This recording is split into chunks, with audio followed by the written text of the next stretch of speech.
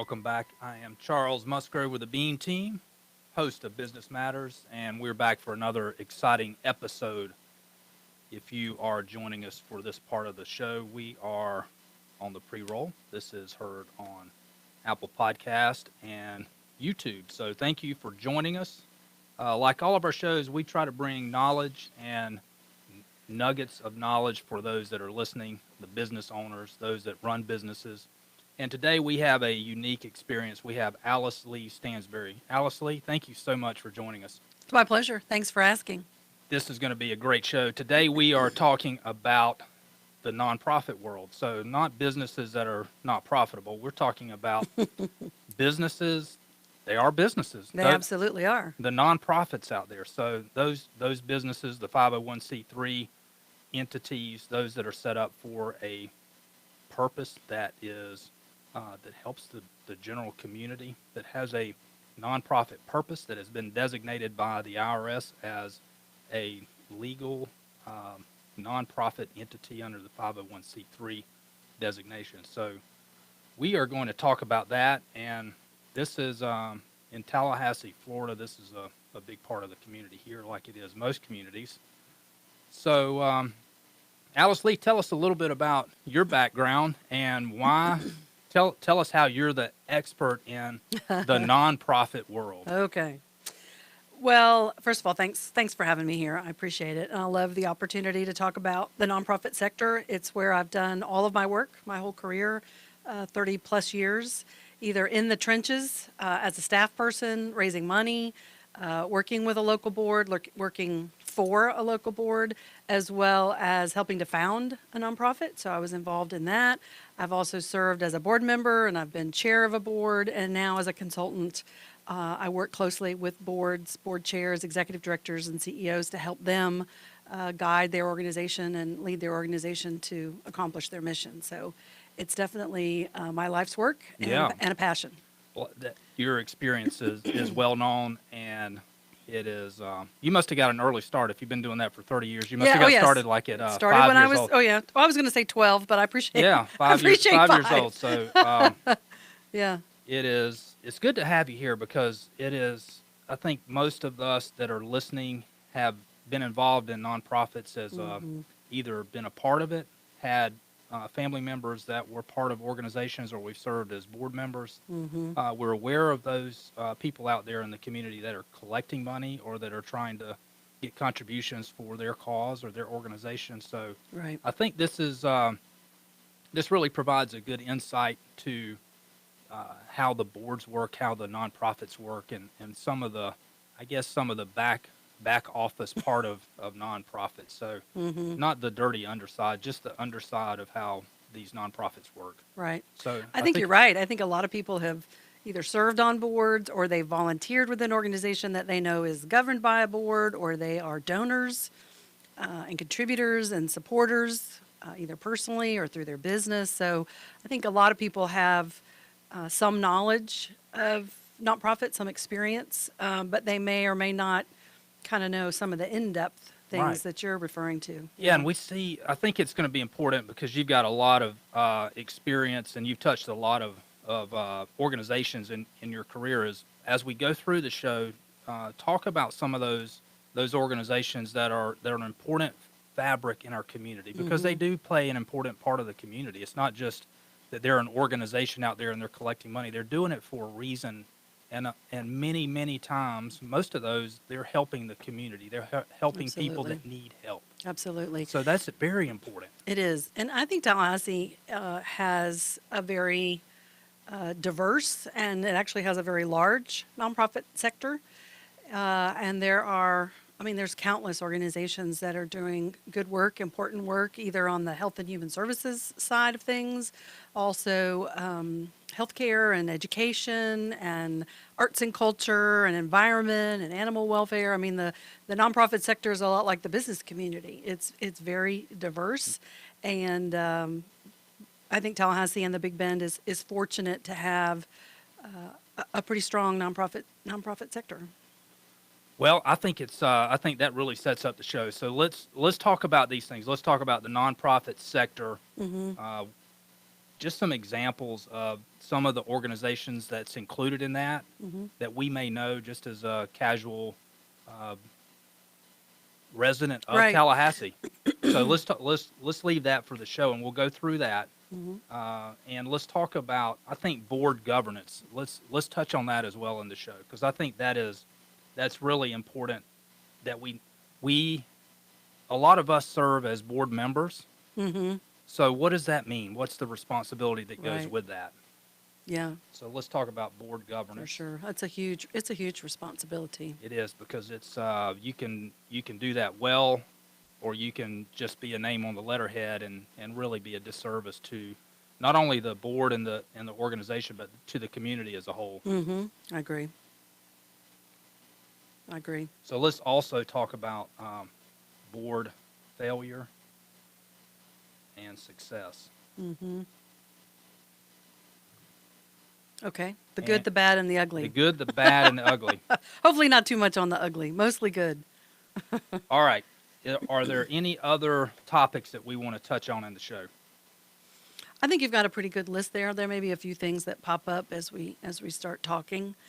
I work with and have the privilege of working with a lot of boards. I'm in and out of board meetings literally every week, not just in this community, but all over Florida and the Southeast. And I've been in good board meetings. I've seen high-performing boards, and I've seen low-performing boards. And a lot of those telltale signs and characteristics are pretty easy to spot and pretty consistent across that. So we can talk some about that as well. Good. I think that'll be important. Yeah.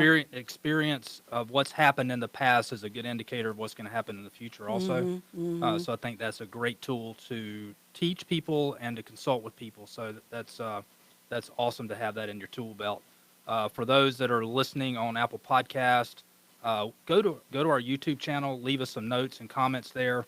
We also have show notes there, so you can pick up information about Alyce Lee Stansbury, her consulting company, and what we talk about today. So go check that out, subscribe to the channel, and you'll be notified as we drop future videos on YouTube as well. Same for Apple Podcasts.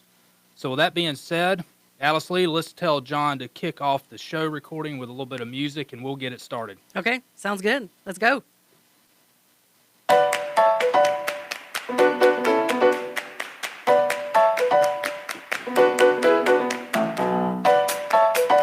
Welcome to the Business Matters Talk Show with Charles Musgrove. On Business Matters, we discuss the issues that matter to your business. Find more episodes on Apple Podcast, YouTube, and BeanTeam.com. And now here's your host, Charles Musgrove. Good morning. I am Charles Musgrove, and welcome back for another exciting session of Business Matters. I am your host with Bean Team. Check us out on BeanTeam.com. Go to YouTube channel. Look for Bean Team. We have all of our past shows there. We leave show notes in the YouTube channel as well, so leave us a comment. Check us out for more detailed information about the show and about our guest. Guess what? Today we have another exciting show. We have Alyce Lee Stansbury. Alyce Lee, welcome to the show. Thank you so much. I'm glad to be here. It's a pleasure. It's going to be a great show. Alyce Lee brings some knowledge today about the nonprofit sector. She is an expert. She has spent her entire career in the nonprofit sector, so she brings some legitimate, credible experience. We're going to talk about some good examples of what to do, what not to do. Absolutely. I think it's going to be a great show, so thank you so much, Alyce Lee, Well, for joining us. I really appreciate you asking. I think it's a great topic. I think the nonprofit sector is so important to this community and to every community. And by and large, the people serving on boards are people from the business community. So They are. It's as we were talking before the show, the nonprofits they're an important fabric in any community. And I know here in Tallahassee, that's especially important. At least so I feel. oh my gosh, we're really blessed. I think we've got a lot. I mean, I'm sure there's concerns we have too many nonprofits. I've certainly heard that, but we also have a critical number of organizations that I don't think people in Tallahassee or the Big Bend area can imagine having this community without them being here. I think you're right. Big Bend Hospice and organizations working in healthcare, United Way, as well as arts and culture organizations, the Tallahassee Symphony, the Tallahassee Ballet, the Riley House and Riley Museum. I mean, educational organizations, animal welfare organizations, environmental organizations. I mean, it just goes on and on. And for the most part, I don't think Tallahasseans could really imagine Tallahassee without those organizations doing their good work. I agree. It's what helps make Tallahassee special and unique. It is really, when you were listing those out, it's really hard to imagine Tallahassee without those organizations. And that, you say that about Tallahassee, but if you go to another community, they probably have the same story. It really tells you how important the nonprofit sector is in any community. Yeah. We really think it's special in Tallahassee, and you and I believe that. So, Right. So I think I want to say also thank you to those people that are members, that are staff of those organizations, and the volunteers that help those organizations function as they do. It's without those volunteers, without the board members, without even the paid staff that work in those organizations, it's really it's a labor of love.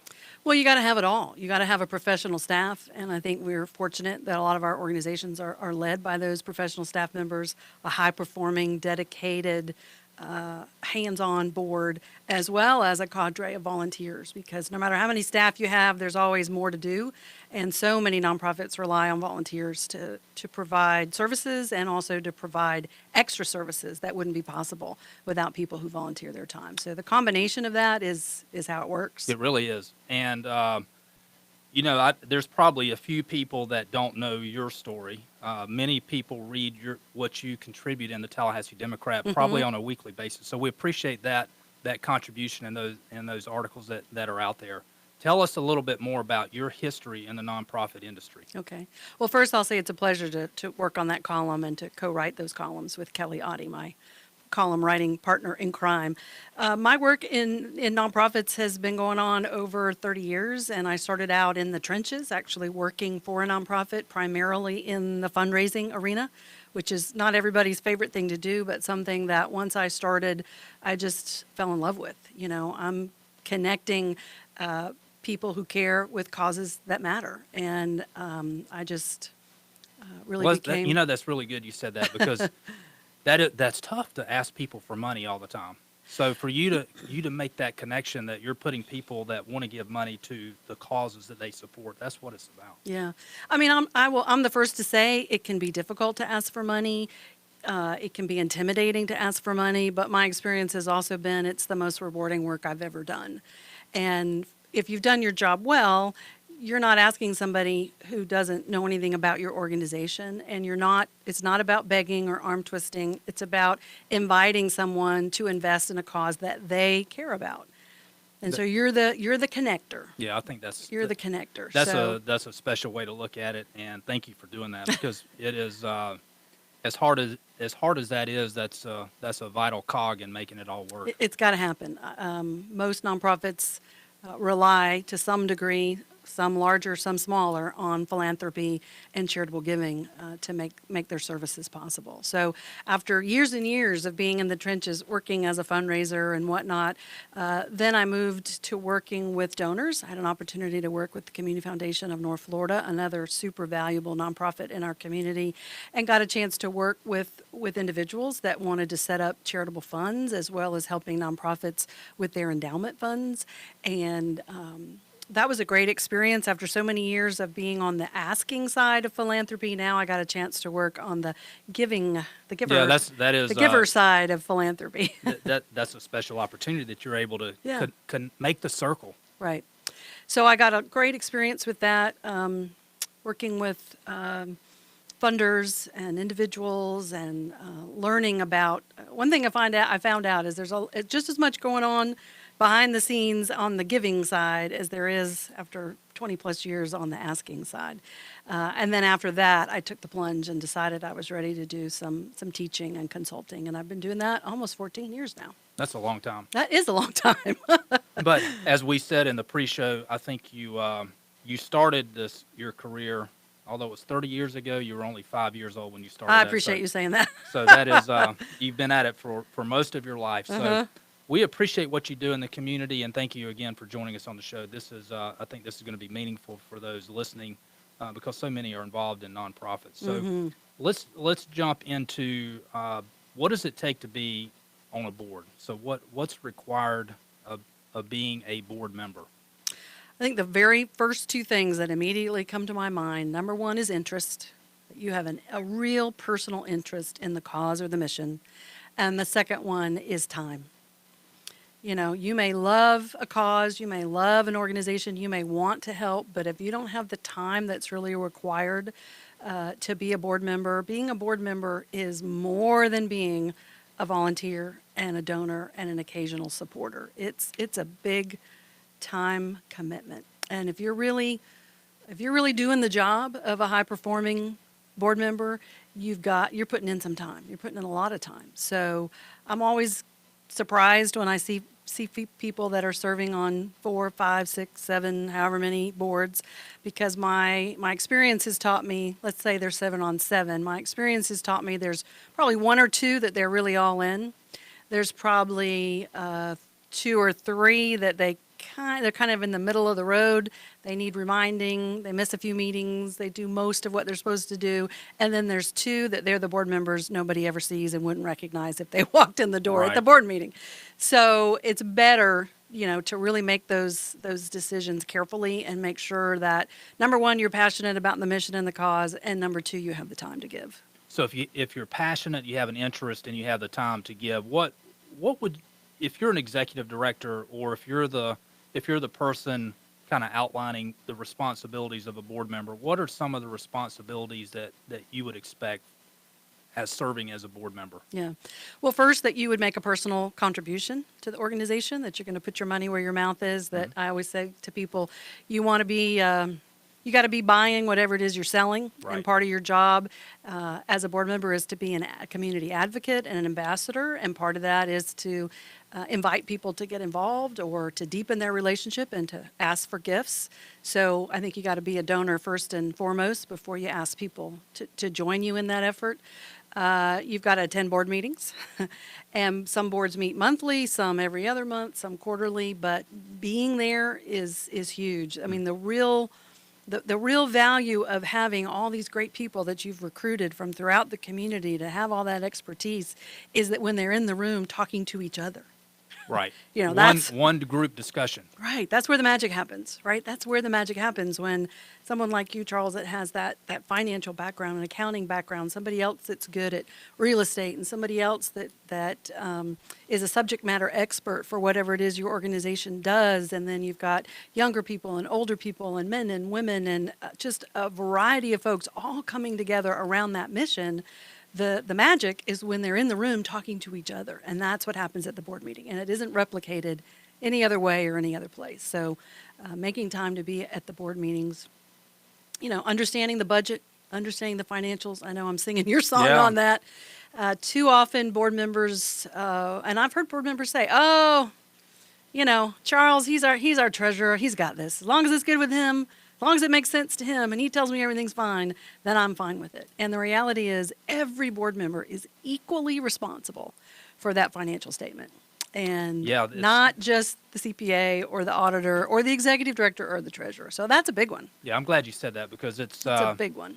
being a CPA, when I'm on a board, I always feel like the other board members are looking at the accounting person that's on the board to give them all the answers about the accounting information. I think that's vitally important, to have that representation on the board, that you do have experienced, certified, qualified Yes. accountants, CPAs on the board. But it's equally as important that all of those board members understand the impact of the financial decisions that are made, because it's I know this sounds really this is probably sounds biased, that the importance of financials, but the organization doesn't continue without money. It's critical. That's right. No money, no mission. Yeah. No money, no mission. The organization, no matter what it is, just like any business, it runs on money. Right. And I've just seen too many organizations find themselves in distress because either not enough board members were paying attention, maybe they didn't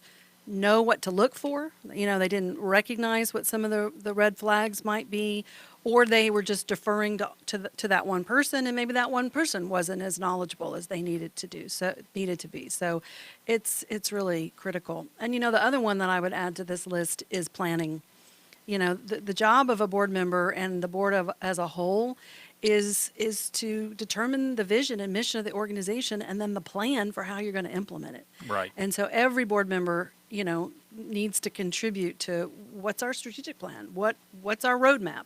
We know who we are and what we do and what we want to accomplish. How are we going to get there? What are Yeah. our priorities going to be? So that's a big one for It is, boards. and there's really I look at it as that board is just like a board in a for-profit organization too. They're holding the staff, they're holding the people executing the plan, they're holding them accountable. Right. So come back to me and tell me how you've executed on the plan that we've all agreed upon. And part of that's financial, part of it is just the mission. Are you accomplishing the Right. objectives of the mission of the organization? Right. And it's a partnership. I mean, the board has its role to play, particularly around adequate finances and visibility and engagement and fundraising and support. And then obviously your staff, led by your executive director or CEO, that are running the day-to-day operations, hiring and firing the staff. And it's a partnership. And that responsibility of hiring, firing, evaluating, and supporting that chief executive, just like in any business, is critical. It is critical. Tell me about the training, or what's the recommended indoctrination, if you will, of a new board member. So what's the training so that the group understands how Right. they what are their responsibilities, and then you have incoming members as well that they should be educated or Yeah, no, some that's type a- of training. Yeah, that's a great question. I think high-performing boards make sure that there's some kind of board orientation for all new incoming board members, where they get some kind of little notebook, and they get an overview where they're understanding the bylaws, articles of incorporation, the budget, the audit, an overview of programs and services, as well as a calendar of board meetings and those kinds of things. But that orientation is really their first deep dive, if you will, into how the organization actually operates, how it's funded. I think the mistake that some organizations make, though, is they kind of think that one orientation for an hour or 2 or 3 hours when they first join the board is enough. And I know I see this in my work a lot, where I know it isn't. I mean, that's the first step. But then beyond that, you've got to continue to educate board members about the organization. And depending on the size and scale and scope of the organization, it can take some time to really become fully versed. Yeah, I can see that it takes time for that. And it's also the board composition really it's like the composition of your executive team. You have people on that board that have different strengths.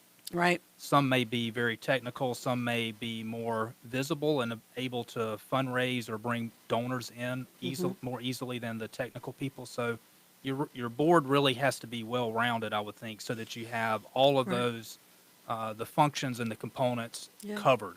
You need a pretty diverse group of people with a lot of different skills and talents. Absolutely. Folks that are good at the strategic planning, that are, thinking at the 30,000-foot level, which is a Right. big part of the board's job, but also being practical about where the organization is and what its greatest assets are and what it is, how it's doing in terms of visibility and awareness and, of course, fundraising and program delivery. So What is I don't think we mentioned this. Is there a magic number? that's a good question. Yeah. How many board members is the right number? I get asked that question a lot. And I think the industry really says there is no magic number. So if you go to Board Source or others like that, they'll say there is no magic number. What I will say is that the trend in boards is definitely smaller. The idea that you have a fewer number of people so that you can get quorum, so that you can have everybody together to make decisions. It also comes, though, with a higher level of accountability. Right. If you've got, I'd say the average number of board members is probably 15 to 16. So if you've only got 12, that's a lot of work for 12 people. If you've got 25, sometimes it can be really, or more, it can be really hard to have the same group of people in the room, board meeting after board meeting. And I will speak for executive directors, it's really hard to keep 25 people in the know, up to date, and engaged. I would- So I that's would believe another that. reason for that smaller, kind of a little more lean and mean operating board. But every organization is different, and I've worked with clients and organizations that have bigger boards and smaller boards. But my recommendation, and I think the best practice is, if you had to choose, would be smaller rather than larger. Is there a rule of thumb on the requirement for how active the board is? For instance, setting the compensation for compensation level for the executive team. Mm-hmm. Is that something that's standard, that they're involved to that level, or is that really kind of the I would say that's handled differently in a lot of different organizations, particularly ones that I've worked for and worked with. Typically, I would say the compensation issue usually gets addressed by the executive committee of the board, but I do think it should be, I mean, obviously it's in the budget, and so all board members would be privy to that information. If the board's going to make a decision that they want to recruit, let's say they're hiring a new executive director and they want to recruit someone with a higher level experience or a new skill set or something that could move the organization to a new level, and they want to add funds and beef up that salary, I mean, that would definitely be a board discussion because it would impact the budget. right? So usually that's a subset of the board. So you have an executive committee of the board.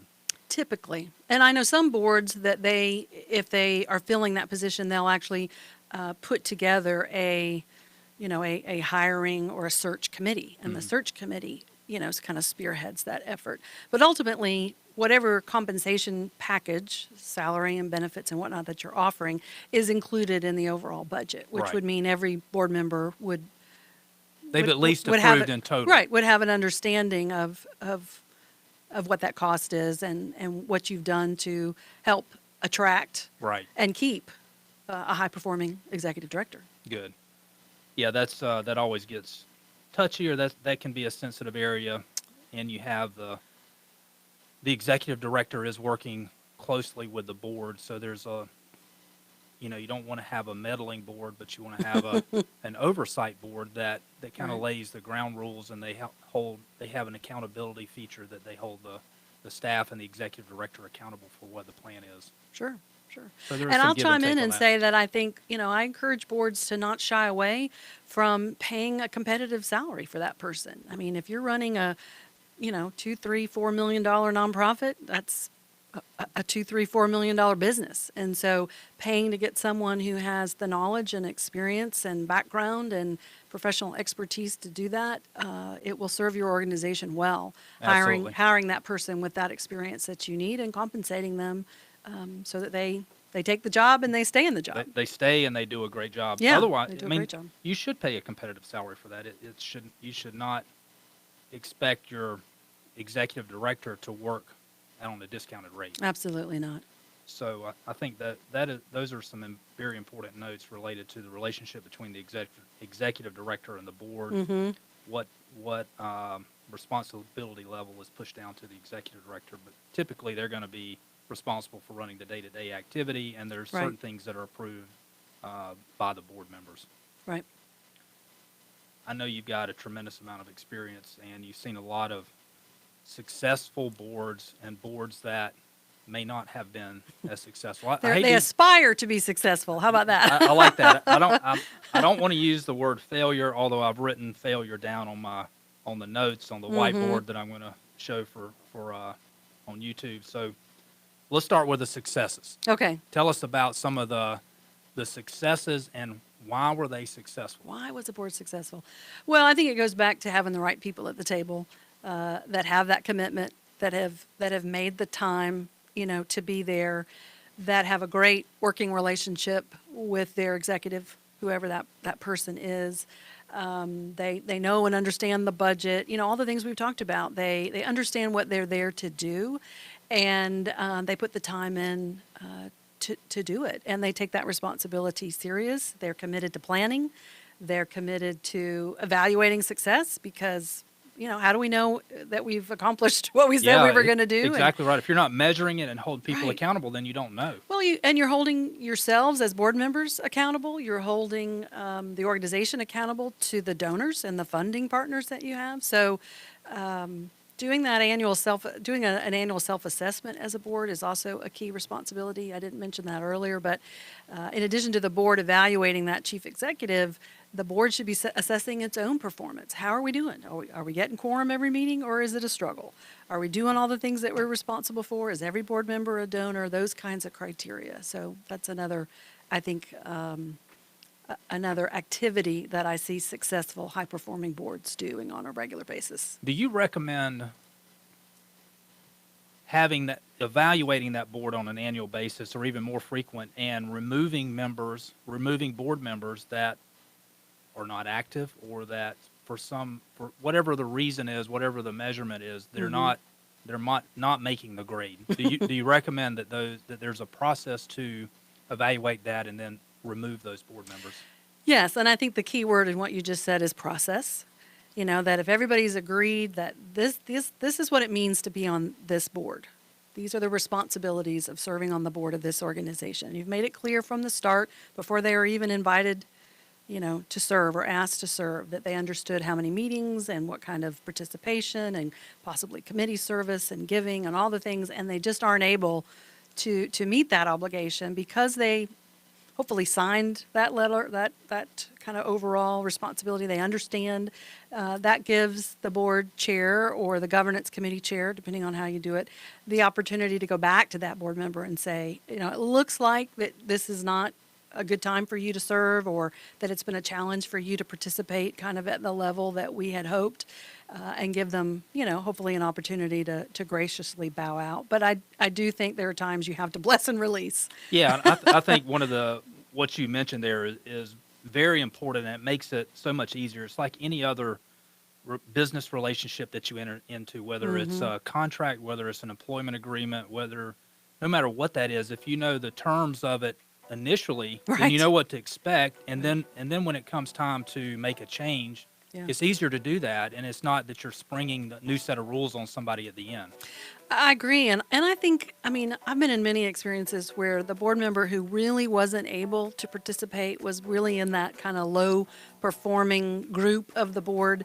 When they're approached, particularly when they're approached well and personally and individually and thoughtfully, they're relieved. Yes. Because they know they're not able to really participate in the way that the organization needs. Right. And that they had hoped to do. So. Yeah, I think even with employment can be the same way. A lot Yes. of times people are relieved to know, okay, you're making the decision for me, let's move on. Right. Alyce Lee Stansbury, thank you so much for joining us. My pleasure. We've delved into the nonprofit sector today, and I believe we've really provided some knowledge nuggets about board governance, what people should and should not do, what to expect to be a board member. Yes. And I really want to say the importance of the nonprofit sector in the Tallahassee community and any community. It's Yes. vitally important, it's needed, and we appreciate those that work in it and serve the community.